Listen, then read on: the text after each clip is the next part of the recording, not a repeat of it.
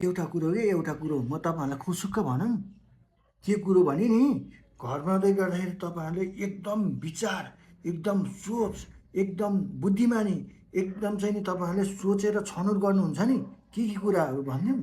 तपाईँहरूले ठेकेदार छनौट गर्नुहुन्छ, यो ठेकेदारले राम्रो काम गर्छ कि गर्दैन, त्यो ठेकेदारले राम्रो काम गर्छ कि गर्दैन भनेर सोच्नुहुन्छ। अनि अर्को कुरा, अनि इन्जिनियरको नि कुरा के, यो इन्जिनियरले राम्रो नक्सा बनाउँछ कि बनाउँदैन, यो चाहिँ इन्जिनियरले राम्रो घरको डिजाइन गर्छ कि गर्दैन भनेर एकदम तनावमा हुनुहुन्छ। अनि यो डन्डी, अनि अर्को कुरा तपाईँ डन्डी सिमेन्टहरू एकदम रडहरू सबै भएका कुराहरू माल मेटेरियलहरू चाहिँ यो राम्रो छ कि छैन होला, त्यो राम्रो छ कि छैन होला भनेर तपाईँ चारै गर्नुहुन्छ। तर घरमा आउँदाखेरि एकदम विचार पुर्याउनु पर्ने कुरा चाहिँ पाइप छनौटको हो है। तपाईँहरूले पाइप छनौटमा एकदम ख्याल गर्नु नै भए हुँदैन, कसैले गरेर हुँदो रहेछन्। अब पाइपको त ख्यालै गरे हुँदो रहेछन्, अरू चाहिँ 100 चोटि सोध्ने, 100 चोटि बुझ्ने गर्दा रहेछन्। अनि पाइप छनौट गर्ने बेलामा चाहिँ जुन भयो नि हुन्छ हो भन्ने हुँदो रहेछ।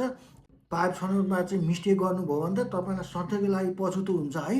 विचार गर्नु होला, पाइप त नेपाल टप कम्पनीको ट्रिपल लेयरको हरियो पाइप छनौट गर्नु होला, अनि सधैँको लागि ढुक्क हुन्छ। विचार गर्नु है। मैले खुसुक्क भनेको छु नि, यो कुरा त तपाईँलाई इन्जिनियरले नि भन्दैन, ठेकेदारले नि भन्दैन, त्यस्तो हो नि त।